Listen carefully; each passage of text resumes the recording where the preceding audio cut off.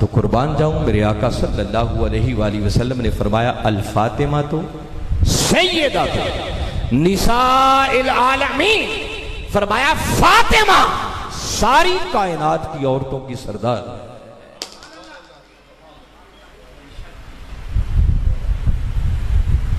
अल्लाह ने उनको भी सरदार बना दिया।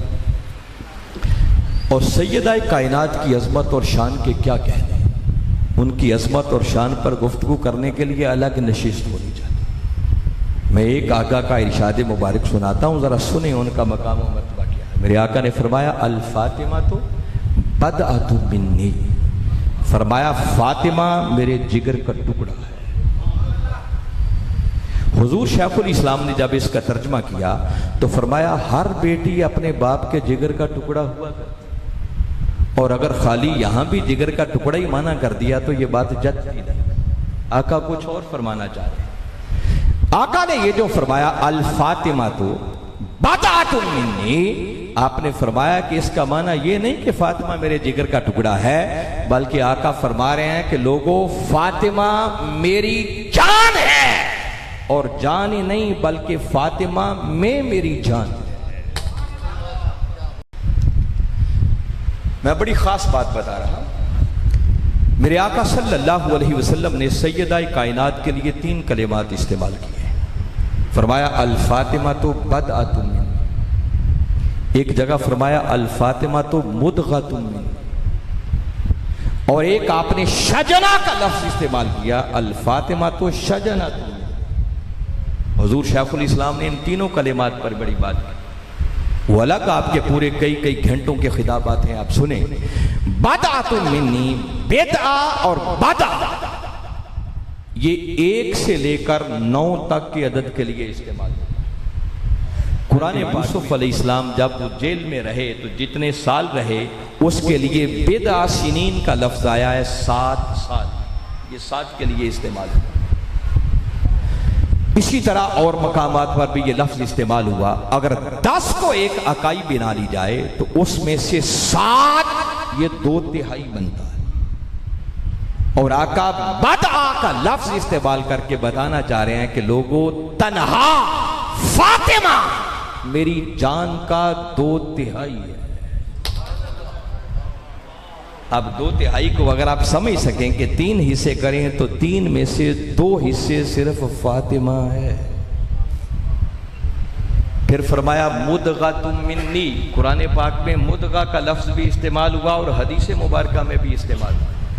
मुदगा ये वो एक स्टेज मां के रहम में बच्चे की आती है कि जब वो गोश्त का लोथड़ा, वो चुबाया हुआ गोश्त का लोथड़ा होता है, जब उसके अंदर रूह फूंकी जाती है, उस स्टेज को कुरान मुदगा कहता है। और अगर हदीस मुबारका को देखें तो ये बात अहले इल्म बैठे हैं, आप जानते हैं। मेरे आका ने फरमाया इन्ना फिल अजसादी मुदगत, फरमाया लोगों तुम्हारे जिस्मों के अंदर एक गोश्त का लोथड़ा है, अगर वो संवर जाए तो तुम्हारा पूरा जिस्म संवर जाता है, अगर वो बिगड़ जाए तो तुम्हारा पूरा जिस्म बिगाड़ का शिकार हो जाता है। फरमाया वो गोश्त का मुदगा जो तुम्हारे सीनों के जिस्मों के अंदर है वो क्या है? फरमाया अला वहियल कल्ब, वो मुदगा वो तुम्हारा दिल है। दिल को मुदगा कहा, और दिल पर ही बंदे की जिंदगी और जान का सारा इन्हिसार होता है। तो आका ने जब कहा कि फातिमा मेरा मुदगा है, तो आका फरमाना चाह रहे हैं कि लोगों फातिमा मेरी जान है और फातिमा में मेरी जान है। शजना, शजना उस कैफियत को कहते हैं कि जब 2 दरख्तों की शाखें या जड़ें आपस में इस तरह मिल जाएं जैसे हाथों की उंगलियां मिलती हैं और उनको जुदा ना किया जा सके, उसको शजना कहते हैं। और आका फरमाना चाह रहे हैं कि लोगों फातिमा मेरा शजना है। क्या मतलब? फातिमा मुझसे जुदा नहीं है और मैं फातिमा से जुदा नहीं। कुर्बान जाए उस सैयदा कायनात की शान पर, उस सैयदा कायनात के मकाम पर जिनको आका ये मकाम अता करे। मैंने बताया ये एक अलग सब्जेक्ट है। सैयदा कायनात की शान का अंदाजा करना हो तो मैं आपके ज़ौक़ को थोड़ा सा बदलता हूं। कभी हकीमुल उम्मत अल्लामा इकबाल से पूछो। इकबाल शिया नहीं था, याद रखिए। हमने अहले बैत की मोहब्बत को सिर्फ शियों के खाते में डाल दिया। वो हनफी है, सुन्नी है, उनसे सैयदा कायनात की शान पूछे। मैं लंबी बात नहीं करता, सिर्फ उनकी एक रुबाई सुना दी। हद कर दिया इकबाल ने सैयदा कायनात की शान बयान। वो कहते हैं रिश्ता आईने हक जंजीरे पास।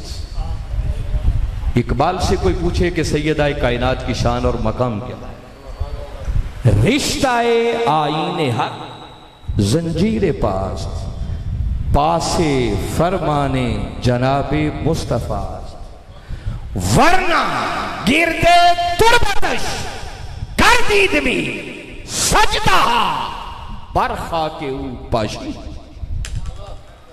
आइए आसान करके समझाता हूं नौजवानों के लिए।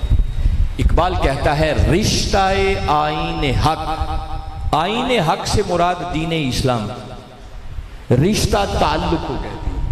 इकबाल कहता है कि ये जो मैंने कलिमा पढ़ लिया है, दीन हक के साथ, दीन इस्लाम के साथ मेरा ताल्लुक बन गया है, मैंने इस्लाम कबूल कर लिया है। तो फरमाया इस्लाम को कबूल करना जंजीर पास, ये मेरे पाँव की जंजीर बन गया है। ये रिश्ता मुझे हिलने नहीं देता। अल्लामा अशरफ फारूकी साहब, बड़ी काबिल गौर बात है जो इकबाल कह रहा है कि रिश्ता आईने हक जंजीरे पास, कि दीन इस्लाम का रिश्ता, ये ताल्लुक जो मैंने कलिमा पढ़ लिया है, दायरा इस्लाम में आ गया हूं, इस रिश्ते ने मेरे पाँव में जंजीरें डाल दी। ये मेरे पाँव की जंजीर बन गया जो मुझे हिलने नहीं देता। पासे फरमाने जनाबे मुस्तफा, फिर कहते हैं मुझे कमली वाले आका सल्लल्लाहु अलैहि वसल्लम के फरामीन का हया है, अदब है, वो मुझे इजाजत नहीं देते, वो मुझे हिलने नहीं देते। एक दीन हक का रिश्ता मेरे पाँव की जंजीर, एक कमली वाले आका के फरामीन का अदब और हया, ये मुझे इजाजत नहीं देते। अगर इजाजत होती तो क्या करता? आगे कहते हैं वरना गिरदे तुरबतश गर्दीद भी, ऐ सैयदा कायनात, अगर ये दो चीजें मेरे रिश्ते की रुकावट ना होती, दीन हक का रिश्ता मेरे पाँव की जंजीर ना बनता, कमली वाले आका के फरामीन का मुझे अदब ना होता, हया ना होता, तो ऐ सैयदा कायनात, वरना गिरदे तुरबतश गर्दीद भी, अगर ये दो चीजें रुकावट ना बनती, तो ऐ सैयदा कायनात इकबाल तेरी कब्र और तेरी तुरबत के गिर्द तवाफ कर, इसके चक्कर लगा। इकबाल से पूछो सैयदा कायनात का मकाम क्या, वरना गिरदे तुरबतश गर्दीद भी, ऐ सैयदा कायनात इकबाल आपकी तुरबत, आपकी कब्र के गिर्द चक्कर लगाता, तवाफ करता, और सिर्फ तवाफ ही ना करता, सजदा बरखा के पाशीद में, ऐ सैयदा कायनात, अगर ये दो चीजें रुकावट ना होती तो इकबाल सिर्फ तवाफ ही ना करता, बल्कि इकबाल तेरी तुरबत और कब्र से उठने वाली मट्टी के जर्रों को भी सजदे करता।